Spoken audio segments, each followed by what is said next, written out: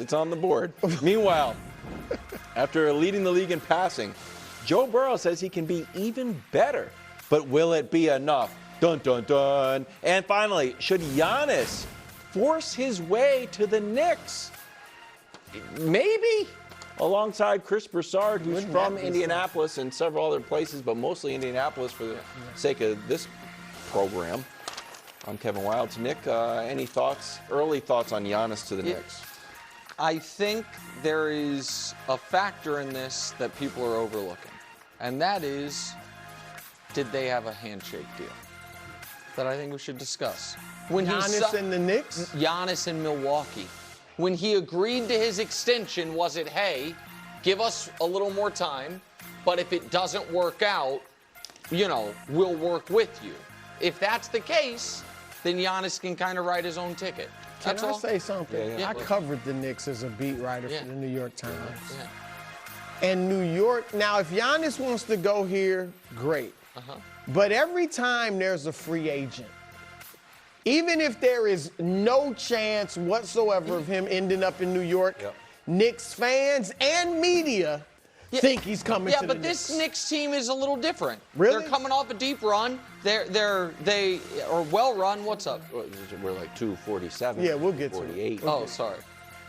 We'll get Seventh of the A block. Sorry about that. The Open is done. And we're starting with the Pacers dispatching of the Knicks. Siakam and Halliburton combined for 52. Indy's defensive pressure proved to be too much for New York. Lots of turnovers. Here's Miles Turner with something interesting. I think it's a new blueprint for the league, man. It's just, I think the years of the super teams and, stacking is just not, it's not as effective as it once was. You know what I mean? This NBA, since I've been in the league, this NBA is very trendy. It just shifts. But the new trend now is just kind of what we're doing. OKC does the same thing. Young guys get out and run, defend, and use the power of friendship is how they call it. Power of friendship. Super teams are out. Power of friendship is in. Bad beat for the Nova crew then, because then they should have been their superpower. Dante, Yeah. I told you guys. What was your number one takeaway? Well, first of all, look, I'm contractually obligated to do this. Knockdown! That's number one. That is my number one takeaway. Okay. Number two, I like what Miles Turner said. Now, the aprons and, the new CBA, all that stuff, or the latest CBA, that does make it tough for, 3 max players on a super team. It's just going to make it tough. But I think Wildes... We're laughing at the screen, bro. What they're setting you up for failure. Indestructible. No, coming up, NBA Finals pick at 4. Will Brew abandon Naptown?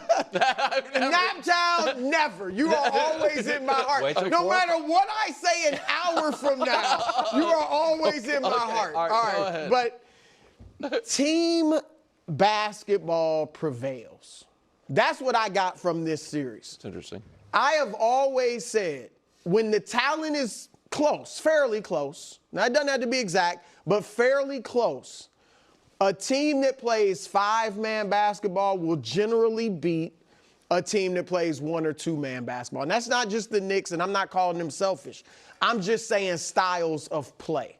All right, Indiana averaged 58 more passes per game than the Knicks did in these playoffs. And Indiana was second in the playoffs in passes to Golden State, which is another team that, as great as Steph Curry is, and other than the Durant years, always was better than even the sum of its parts, which it has some great parts. Indiana averaged 9 more assists per game than the Knicks in these playoffs. And Indiana leads it. Indiana's the only team to average more than 26 assists a game in the playoffs. They averaged 28. The Knicks are they were 14th out of the 16 teams that made the playoffs. So they were one of 3 teams to average fewer than 20 assists. All right? And so Indiana's superstar is a pass-first point guard. Still give you 20, but a pass-first guy. And New York superstar is a ball-dominant, shoot-first point guard, at least in this system. Now, I think he could play differently, but that's how he plays with the Knicks and Thibodeau system. And I just think, that team basketball, they had 8 guys average 8 or more points. Yep. Knicks had 5. Like, this was a team. I mean, Halliburton, we say is a superstar. Whether you think he is or not, he's certainly ascending toward that. But he is a guy that gets everybody involved. They are just a great team. And I agree, Turner, they're a little different than OKC. Yes. But similar in many ways, too. Like, one star, legit. Both have Paul perennial George all-star. to thank for their superstar. And That's true, too. But, you know, Yeah. just a team, a lot of camaraderie and youthful energy. So, listen, maybe this is a bad job by me. I hadn't actually heard that sound. I'm really glad that that's what he said. Because my first line is, they are a great team for this era, particularly in this conference. And so, listen, LeBron made 8 straight finals in the East. Since then, it's been 5 teams make the last 7 and no team made back-to-back. And the reason I mention that is because since LeBron left the conference, aside from Giannis and really he only had one healthy year where he was fully healthy and the supporting cast fully healthy, the conference hasn't had that, like, pantheon superhuman guy levitating above the conference where it's like, well, it's going to take a disaster for that guy, that team not to make the finals. And because of that, what you have seen through the teams that have won the East and really the teams that have won the championship in this mini era, they have similarities to this Pacers team. A clear-cut identity, which is, if it was the Nuggets, it was the Jokic-Murray high screen and roll. The Celtics, a bunch of threes, leaning on good defense. The Warriors' identity has been very clear for a decade now. The ball movement centered around Steph's gravity. These guys are going to get out and run. So you have a clear identity.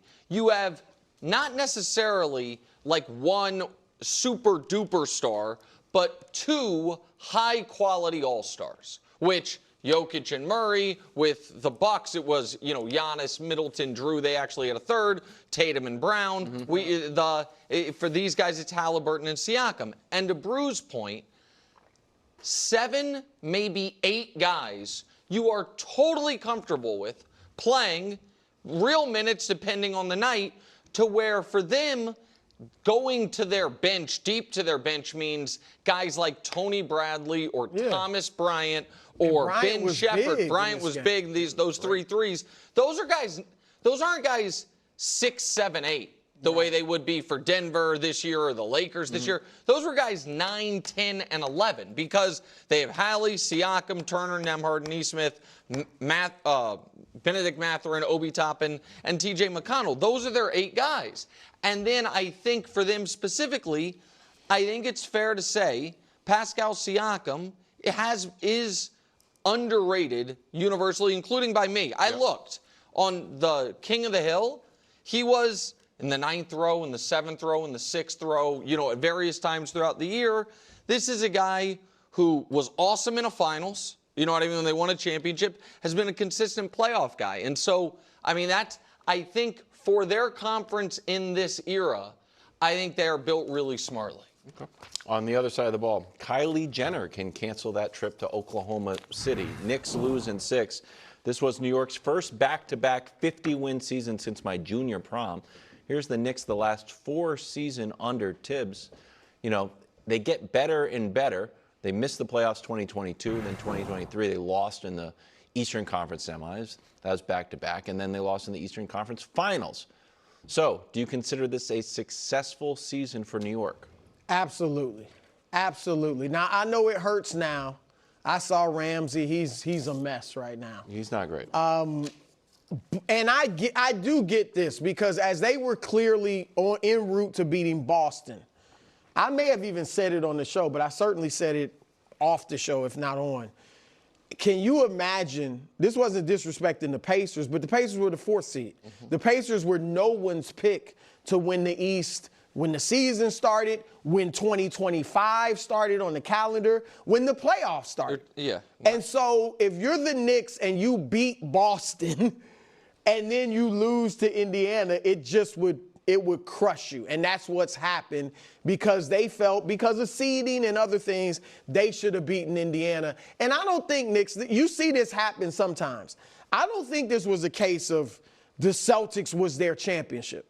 Like, this was, you know, sometimes a team gets over the hump and then it's like they relax or whatever because that was such a big deal. I don't think that was the case. The Knicks just played tough. You know, every series they played was constant. Detroit was a tough series for them. I think they felt just like they were down double digits in every playoff game they played except for the last game against Boston. So there's like, something, right. You know what I mean? Every game series, was an uphill battle. But overall, when the season started, no one expected the Knicks to be in the conference finals. You thought it was a chance, but they certainly weren't written in like they're definitely getting there. When the season ended, it was Cleveland and Boston, clearly. You beat Boston, and this was clearly the best season of the century for the Knicks. They haven't had a great history. All right, this is the first time they've been to the conference finals since 2000.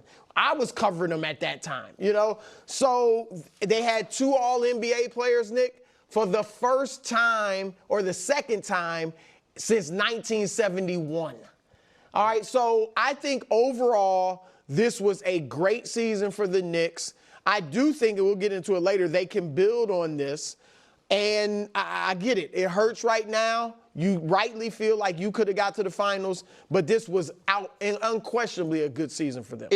So I agree. It was a successful year. I think the day of the start of the season, I do think a lot of people thought they could be a conference finalist because people hadn't elevated Cleveland. You know what I mean? Like when they put this team, would you argue people even would have thought Milwaukee ahead of the Knicks? I think some. I should have looked up what the actual odds were. The team we're just throwing out that people were bullish about was Philly, because they had just added Paul George. But the Knicks, it was clearly Boston here, and then, to me, a group of Knicks, Cleveland, Milwaukee.